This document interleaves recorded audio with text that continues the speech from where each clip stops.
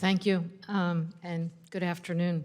I'm President and CEO of the Nuclear Energy Institute, representing more than 340 organizations in an industry that directly employs nearly 100,000 people throughout the United States.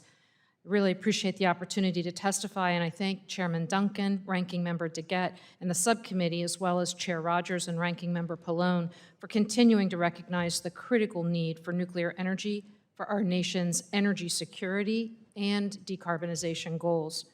Congress has passed historic legislation that will preserve our existing nuclear generation and accelerate future deployment.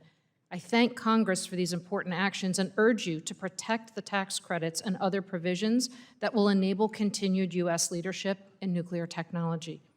Federal support is a catalyst for action we are seeing in state capitals, private investment portfolios, and public utility partnerships, in places with retired coal plants and new hydrogen facilities. Demand for nuclear defines the current moment. Our member utilities expect to add enough new nuclear to double current output by the 2050s. And because nuclear is not only necessary for decarbonizing the electric sector, but the entire economy, the Department of Energy predicts U.S. nuclear capacity has the potential to triple by 2050. My written testimony outlines several policy proposals and will help us meet this demand, but I want to highlight three crucial points.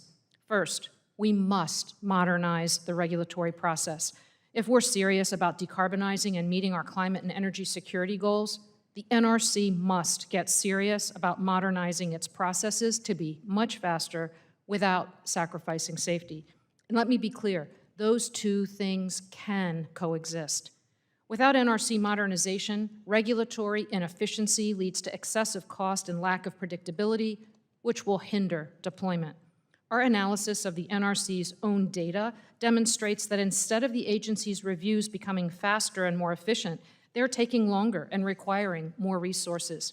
For example, the staff resources applied to second license renewal review for plants that have safely operated for more than 5 decades, so you would assume it would be faster, are now 50% greater than the first license renewal. DOE has projected that we will need to begin the ramp-up of advanced nuclear deployments in the next decade, which means the NRC will be asked to process a significant number of permit applications. So now is the time to take meaningful steps to ensure that the regulatory approvals do not slow progress. Second, we need a competitive domestic nuclear fuel supply. Russia provides roughly half of the world's commercial enrichment capacity and is the only commercial supplier of the high-assay, low-enriched uranium needed by most advanced reactor designs. The U.S. commercial nuclear industry is committed to eliminating the import of uranium and related conversion and enrichment services from Russia. However, federal support is essential to establishing a secure supply in the U.S. so that we can move away from Russia fuel imports just as soon as possible. Accelerating investments aimed at competitive enrichment and conversion in the U.S. will support both near-term and long-term national security interests. And finally, we need to deploy new technology at home now to support U.S. technology exports abroad. Governments around the world recognize that by making nuclear the centerpiece of their energy systems, they can decarbonize their electric grid and strengthen their energy independence, because energy security is national security. Countries in Asia, South America, Central Europe, and Africa are committing to new nuclear, large and small. Although some countries have already made commitments to import U.S. technologies, it's a very competitive marketplace. If we cannot be competitive in the global market, countries can turn to Russia and Chinese state-owned enterprises, and they, not us, will build 100-year relationships throughout the globe.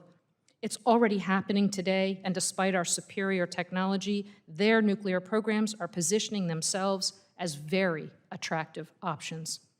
The U.S. must assign strategic value to nuclear energy exports, act to open markets to our industry, and back U.S. companies with the tools needed to compete.